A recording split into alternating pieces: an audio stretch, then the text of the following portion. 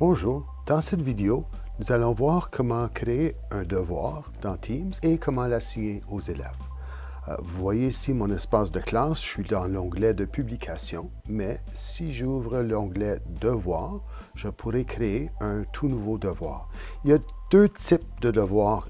Il y a affectation, qui est une traduction du mot assignment en anglais, et il y a aussi un questionnaire que nous allons voir dans une autre vidéo. Il faut mettre un titre, ça va être un travail de lecture que je fais cette fois-ci.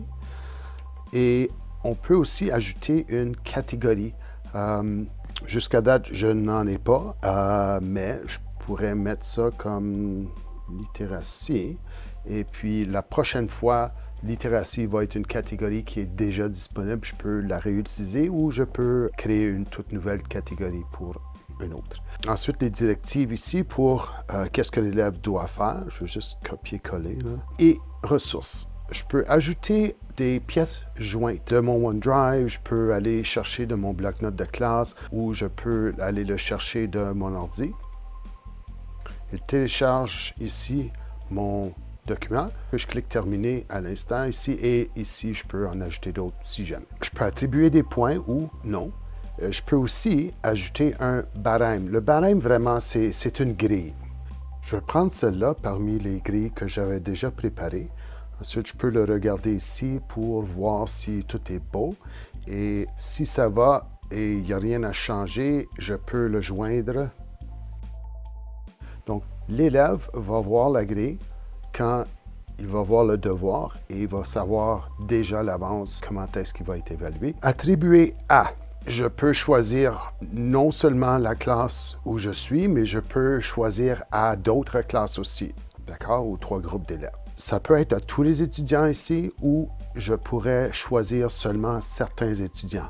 J'ai juste à cliquer sur leur nom. Alors, ces 3 élèves ici, dans ce cas, auraient le devoir et les autres non. Mais c'est pas ça que je veux faire en ce moment. Je veux que tous les élèves aient un devoir.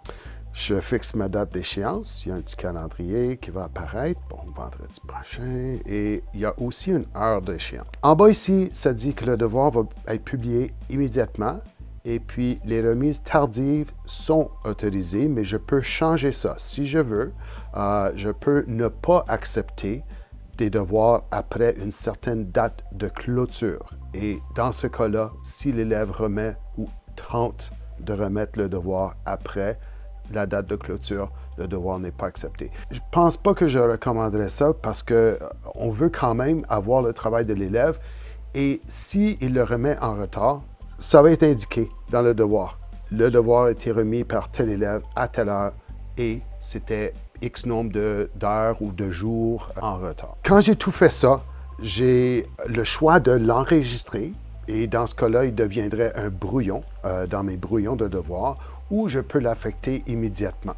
Alors, je vais l'affecter maintenant. Ce travail-là, maintenant, s'en va dans les publications. Et si je regarde du point de vue de l'élève ici, ça c'est un compte d'élève maintenant là, qui regarde ça en ligne. Il a le travail de lecture ici et s'il veut cliquer pour le regarder, il peut. L'élève peut aussi regarder dans Activités ici pour voir le devoir et s'il clique dessus, il va voir ceci.